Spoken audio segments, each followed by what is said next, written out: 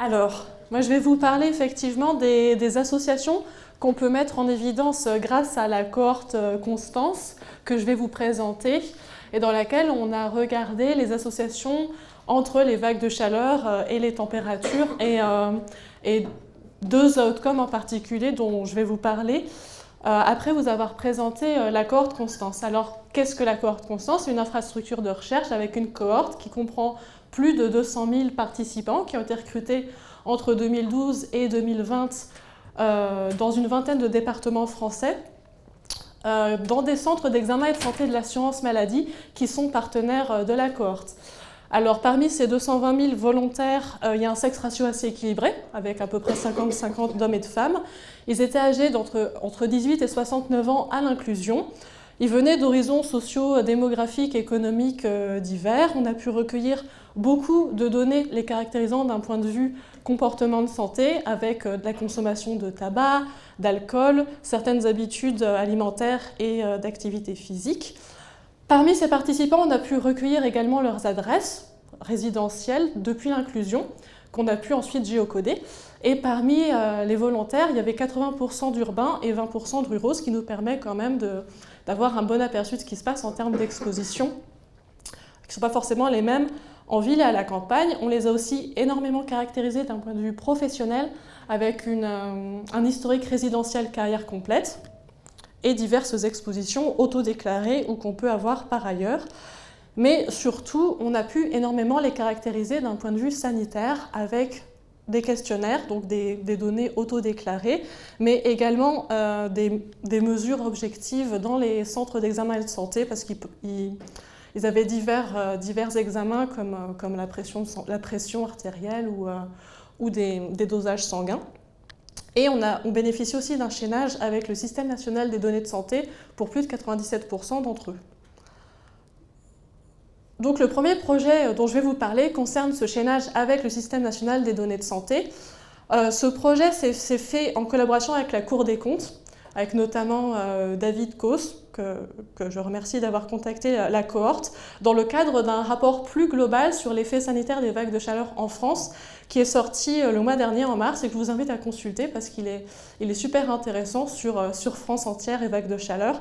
Et donc dans Constance, on avait fait l'objet d'une saisine pour les aider à aller un petit peu plus loin en utilisant des données Météo France et SNDS. Et les analyses avaient été faites par Baptiste Sabatier, qui était data analyst à la Cour des comptes, et Aline Zara et de Raza, qui faisait son stage de fin d'études.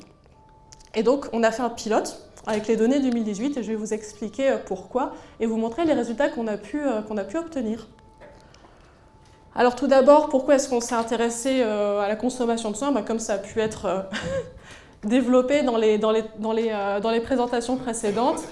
En fait, en termes d'effets sanitaires des vagues de chaleur, on commence à connaître beaucoup de choses concernant la mortalité, mais la mortalité, ce n'est pas forcément un indicateur hyper adéquat pour adapter le système de soins ou mettre en place les systèmes d'alerte les plus pertinents face aux vagues de chaleur dans le cadre du changement climatique. La littérature s'intéresse également pas mal à un certain nombre d'autres outcomes, mais s'agissant de la consommation de soins, relativement, il y a encore assez peu d'études, et surtout en France. Or, la littérature internationale a pu montrer une augmentation des consommations de soins, comme ça a été évoqué déjà précédemment, quel que soit le sexe des personnes et leur âge. Il y a une augmentation des transports, des urgences, des hospitalisations et même des consommations de médicaments. En termes de vulnérabilité, ça a déjà été évoqué aussi tout à l'heure, l'âge est un paramètre très important, notamment les très jeunes et les plus seniors, le fait d'avoir une maladie chronique, le fait d'avoir une situation socio-économique pas forcément favorisée, mais au-delà de ça, on ne connaît pas forcément hyper bien totalement les facteurs de vulnérabilité. Donc le but de cette étude, c'était de déterminer déjà dans quelle mesure les vagues de chaleur sont associées à une surconsommation de soins et d'identifier des populations vulnérables. Alors, dans Constance, pourquoi est-ce qu'on a utilisé l'année 2018, surtout au regard de la vague de chaleur 2022 qui était importante? Et bien, tout simplement parce qu'il y a quand même un petit délai pour accéder aux données du SNDS chez NA Constance. Et le projet a été fait l'année dernière, donc on n'avait pas encore accès, malheureusement, aux données du SNS de 2022. Donc, on s'est rabattu sur l'année 2018 qui, comme si j'arrive à utiliser ce pointeur, comme vous le voyez ici sur ce diagramme qui représente par année le nombre de jours de vagues de chaleur auxquels étaient exposés les participants de Constance, sachant qu'entre 2012 et 2015, il n'y avait pas encore beaucoup de monde dans Constance, vous pouvez voir que 2018, c'était quand même une année à vagues de chaleur, entre guillemets, et il y avait déjà une grande partie de la population de Constance qui était inclue. Donc on a pu utiliser les données de plus de 200 000 volontaires qui étaient dans la tranche d'âge 45-64 ans majoritairement. Donc en termes de caractéristiques de vagues de chaleur, on a pu bénéficier des données de Météo France, qu'on remercie encore une fois de nous avoir confié leurs données. Il s'agit d'une base de données par département, parce que les caractéristiques des vagues de chaleur sont département dépendantes. Entre juin et septembre, donc on a les durées et les dates, et on a pu apparier à tous les volontaires de Constance à la bonne année, la bonne résidence, en prenant en compte les déménagements. Donc si quelqu'un déménageait en pleine vague de chaleur ou avant une vague de chaleur, on prenait ça en compte. Et en fait, en termes de descriptif, ce que vous pouvez voir, c'est qu'il n'y avait que, entre guillemets, 37 000 personnes sur les 200 000 qui n'avaient pas été exposées à au moins un jour de vague de chaleur. Donc les gens étaient quand même plutôt exposés. Il y a des pauvres malheureux qui ont déménagé, qui ont suivi la vague de chaleur en 2022 et qui avaient énormément de jours de vague de chaleur d'exposition. En termes de consommation de soins, un petit peu faute de mieux, au vu des circonstances, parce qu'il y avait très peu de temps pour faire les analyses, on a fait appel à une méthodologie un peu quick and dirty, et donc on a considéré qu'une consommation de soins, c'était soit une consultation chez le généraliste, soit une hospitalisation, soit un passage aux urgences, et en fait 60% des participants de la cohorte pendant cet été 2018 avaient eu un recours à ce type de consommation de soins. Donc ce qu'on a fait, encore une fois, pardon pour les puristes, on a dû se résoudre à faire des régressions logistiques parce qu'on n'avait pas forcément le temps de faire beaucoup mieux. Donc on a utilisé un score binaire, donc pas de consommation de soins ou au moins une consommation de soins.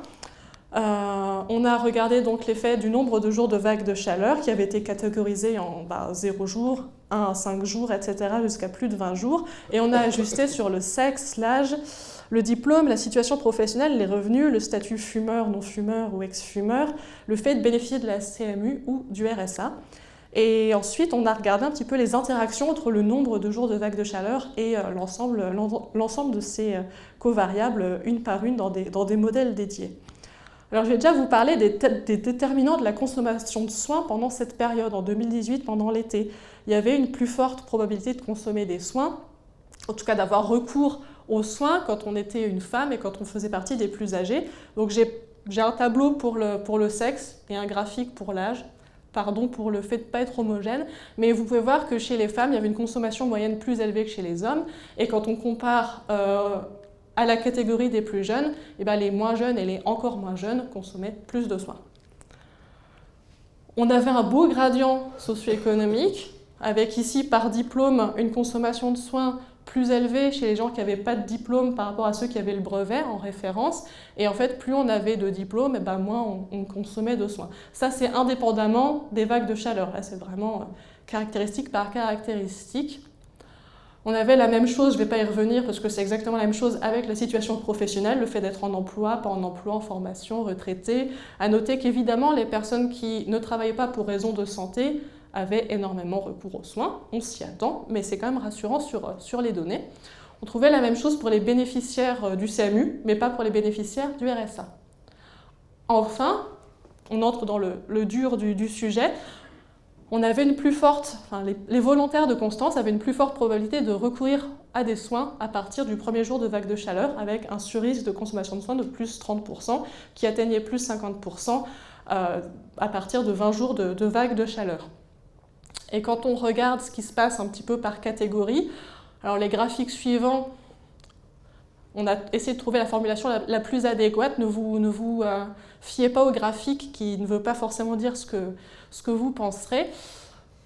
Quand on regarde par sexe, pour rappel, les femmes avaient plus de risques de consommer des soins que les hommes, mais quand on regarde l'interaction avec les vagues de chaleur, en cas de vague de chaleur, même si tout le monde est à risque de surconsommer, les femmes avaient en fait proportionnellement elles surconsommaient moins que les hommes. On retrouve le même résultat par âge, c'est-à-dire qu'on a les personnes les plus âgées qui étaient celles qui consommaient le plus de soins globalement, mais en cas de vague de chaleur, c'était celles qui surconsommaient le moins par rapport aux jeunes et aux moins jeunes. Et on retrouvait ça un petit peu partout, donc ça nous a beaucoup surpris. Mais si vous regardez ici par situation économique et sociale, je suis désolée, je vais lire un peu la phrase parce qu'elle est toujours un petit peu compliquée. Par rapport aux personnes en emploi, dès le premier jour de vague de chaleur, les personnes qui étaient retraitées ou ne travaillant pas pour cause de santé étaient celles qui augmentaient en moindre proportion le recours aux soins, sachant que de toute façon, globalement, c'était celles qui consommaient le plus de soins. Donc, en termes de messages à retenir de cette étude, c'est qu'en termes de force, on a pu bénéficier du chaînage de Constance au SNDS et donc bénéficier à la fois de l'exhaustivité du SNDS combinée à une caractérisation très détaillée des volontaires de la cohorte, et on a pu bénéficier des données Météo France retravaillées, qui sont quand même ce qui, je pense, se fait de plutôt pas mal en France. En termes de limites, comme je vous l'ai dit, faute de temps, on a dû se restreindre à utiliser l'année 2018, donc on se pose vraiment la question de ce qui s'est passé les autres années, notamment en 2022, et bien évidemment, on aimerait raffiner la méthodologie statistique pour en trouver une plus adaptée aux données, et notamment mieux colliger les données de consommation de soins et les données d'exposition. Et concernant le choix des covariables, faire également les choses de manière un petit peu plus optimale. Donc on compte adresser l'ensemble de ces limites dans un nouveau projet. On en a redéposé un, notamment pour aller plus loin dans la caractérisation des participants, s'agissant d'un niveau contextuel de leurs conditions de logement, notamment la vétusté, l'âge qu'a le logement, sa vulnérabilité face à la chaleur.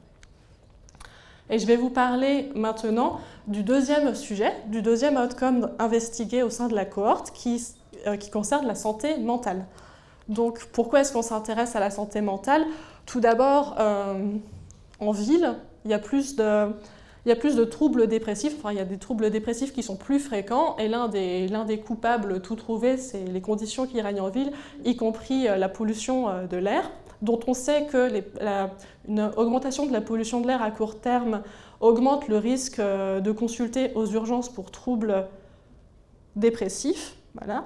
Et les canicules aussi augmentent le risque d'hospitalisation de consultation pour troubles psychiatriques. Donc se pose déjà la question, un petit peu comme l'évoquait Tariq pour les vagues de chaleur, pour les feux de forêt, les vagues de chaleur, quid de l'interaction, des effets propres et conjoints de la pollution de l'air et de la température.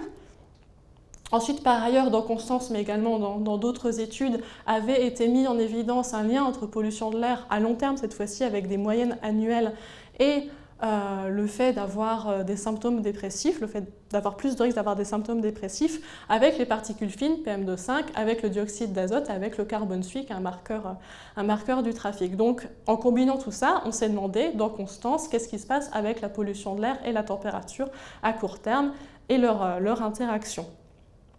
Et donc, on a utilisé l'échelle CESD qui permet de quantifier les symptômes dépressifs, mais de manière, c'est pas la dépression clinique.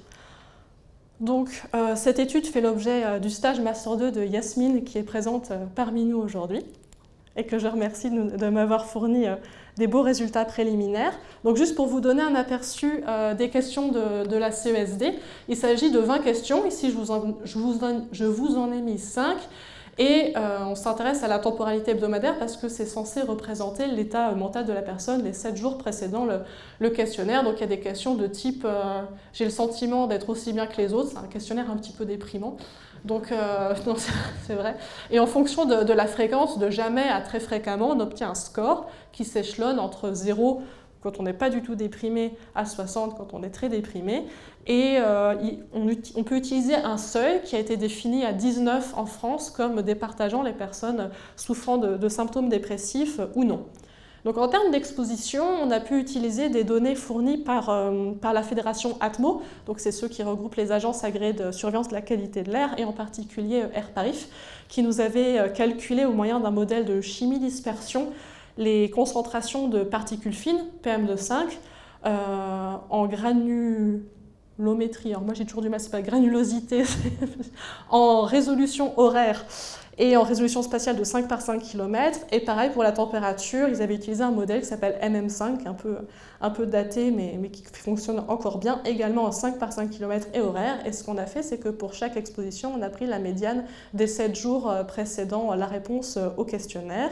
On a également fait appel à des régressions logistiques où on a utilisé le score binaire. On a utilisé des fonctions spline ou spleen, je ne sais jamais comment on dit, pour regarder les associations entre PM2,5 d'un côté et température de l'autre, ajustées grâce à un DAG qu'on a fait grâce à Pauline qui est ici et qu'on remercie aussi. Donc on a ajusté sur âge, sexe, éducation, revenus, saison, antécédents personnels neuropsychiatriques et caractère urbain rural de la résidence. Donc, on a fait aussi les analyses, oui j'ai mis un gros 2012-2016 parce que c'était là où on avait des données d'exposition. Donc on a restreint notre population d'études aux 104 000 plus volontaires qui étaient inclus dans cette période et qui avaient un score CESD utilisable. Donc ce que vous pouvez voir, c'est que les personnes qui ont un score de CESD supérieur à 19, ils ont plus de risques d'être des femmes, d'avoir des faibles revenus, de ne pas être en couple et d'avoir eu des antécédents neuropsychiatriques. C'est les items que j'ai mis en rouge. Je n'ai pas dû mettre les autres, ça brouille un petit peu. Et donc les premiers résultats qu'on a pu obtenir, c'est tout d'abord, en termes d'exposition, les volontaires étaient exposés en médiane à 8,4 microgrammes par mètre cube, ce qui n'est pas beaucoup, mais qui reste supérieur au seuil défini par l'OMS les plus récents, avec un interquartile d'environ 6 à 12. Et il n'y avait pas forcément de pattern temporel à ces particules fines. Et l'odds ratio ajusté la spline a montré que c'était linéaire, et donc on a obtenu un odds ratio ajusté de 1,03. C'est pas beaucoup, c'est beaucoup moins que les autres facteurs de risque, mais quand même, ça s'ajoute un petit peu au fardeau d'exposition que les participants peuvent avoir. Et s'agissant de la température, eh bien, on a retrouvé quand même, et c'est rassurant aussi, un pattern saisonnier. Il fait plus froid l'hiver et plus chaud l'été, mais au moins tout va bien. Et donc la température médiane était de 11 degrés. Vous allez dire, mais c'est vraiment pas beaucoup. D'autant qu'en été, si vous regardez, on ne dépassait pas les 25 degrés, mais je pense que c'est aussi parce que, comme on fait une médiane des 7 jours, y compris les températures nocturnes, forcément, ça se rafraîchit la nuit, fort heureusement, sauf en cas de vague de chaleur. Mais on n'a pas regardé ça spécifiquement. Et on n'a pas forcément trouvé de relation particulière avec la CESD. On aura une petite tendance à ce que plus la température augmente, moins on soit déprimé, mais pas grand-chose de statistiquement significatif avec le score binaire, avec le seuil A19. Donc les prochaines étapes, c'est de profiter du fait que l'inclusion a été assez longue, de 2012 à 2016 en l'occurrence, mais on pourrait pousser, si on obtenait plus de données d'exposition, à 2020 pour un petit peu regarder ce qui se passe année par année, investiguer la possible interaction entre les particules fines et la température, et utiliser d'autres expositions, par exemple les pics de pollution et les vagues de chaleur, pour avoir des expositions franchement plus fortes. Et c'est la dernière diapositive. Je vous remercie pour votre attention.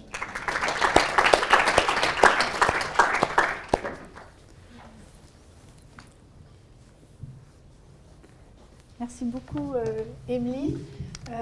Est-ce qu'il y a des questions, des remarques? Oui. Alors, il faut là le micro qui se promène. Je peux parler fort, sinon oui. C'est pas mal. Oui. Merci beaucoup.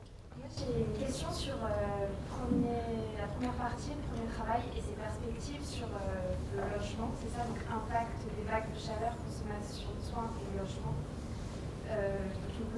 Donc je pense que c'est un enjeu très important, les caractéristiques des logements et leur adaptation dans le contexte du réchauffement climatique. Et je me demandais est-ce qu'il y a déjà des données là-dessus, notamment par exemple, il y a la localisation du logement, s'il est dans un niveau de chaleur, et puis il y a ses caractéristiques en tant que telles, sur la vétusté, l'isolation, l'inertie thermique. Si on est l'inertie thermique, c'est la caractéristique, par exemple, sur les logements qui fait que le pic de chaleur, au lieu de le vivre, ça monte à 40, en fait, il est amorti et il est décalé dans le temps. Donc ça permet de mieux supporter. Est-ce que ce type de données est disponible quelque part? Oui. Est-ce que ça a déjà été regardé? Non.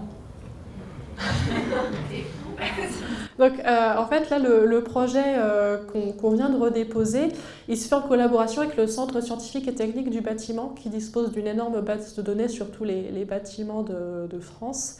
Et donc, il y a énormément de caractéristiques. Ils ont compilé plus de 25 bases de données, à ce qu'il me semble, et ils ont réussi à calculer un indicateur de surchauffe du bâtiment qu'on compte utiliser ici en bénéficiant du fait qu'on ait les adresses résidentielles des participants de Constance pour effectivement commencer à investiguer cette problématique qui, bien que soulevée depuis pas mal de temps déjà désormais, ne fait pas encore l'objet d'une recherche aussi intense qu'elle pourrait, non seulement en France, mais également au niveau mondial, si je ne dis pas de bêtises. L'autre approche qui commence à être utilisée, c'est l'inverse, c'est mettre des capteurs au niveau des individus pour voir quel est le niveau d'exposition individuelle selon les contextes. Et il y a un collègue qui travaille dans l'équipe d'épidémiologie de Paris-Cité, le nom m'échappe, qui a actuellement fait un certain nombre de capteurs qui permettent un peu d'avoir une indication plus exacte de l'exposition individuelle. Et notamment, en fonction des lieux de domicile, de vie, ça change quand même pas mal. Oui, bah ça, je vous remercie pour cet apport. Après, c'est vrai que là, sur une volumétrie de type cohorte Constance ou d'autres cohortes d'envergure, ce qui est compliqué, c'est qu'on ne peut pas mettre des capteurs à tout le monde. Alors, on envisage justement, au fur et à mesure d'avoir des financements ou non, de pouvoir capitaliser sur cette première étude pour éventuellement identifier des participants qu'on pourrait équiper de ce genre de capteurs, combinés à des questions qu'on pourrait faire ensuite... qu'on pourrait étendre pour avoir des informations sur l'ensemble de la cohorte. Merci. Est-ce qu'il y a une dernière question? Sophie.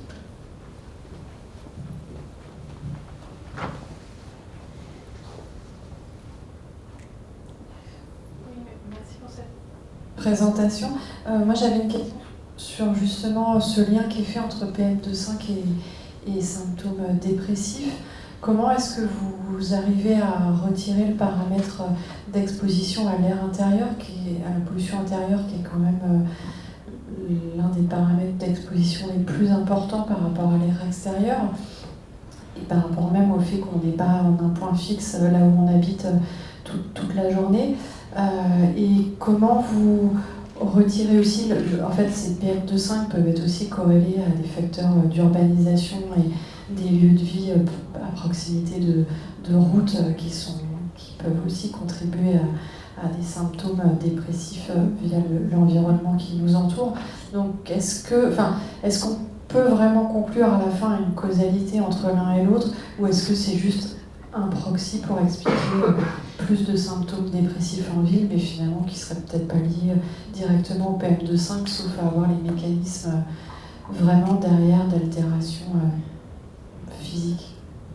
Oui, merci pour cette question. Alors, il y en avait plusieurs en une. S'agissant...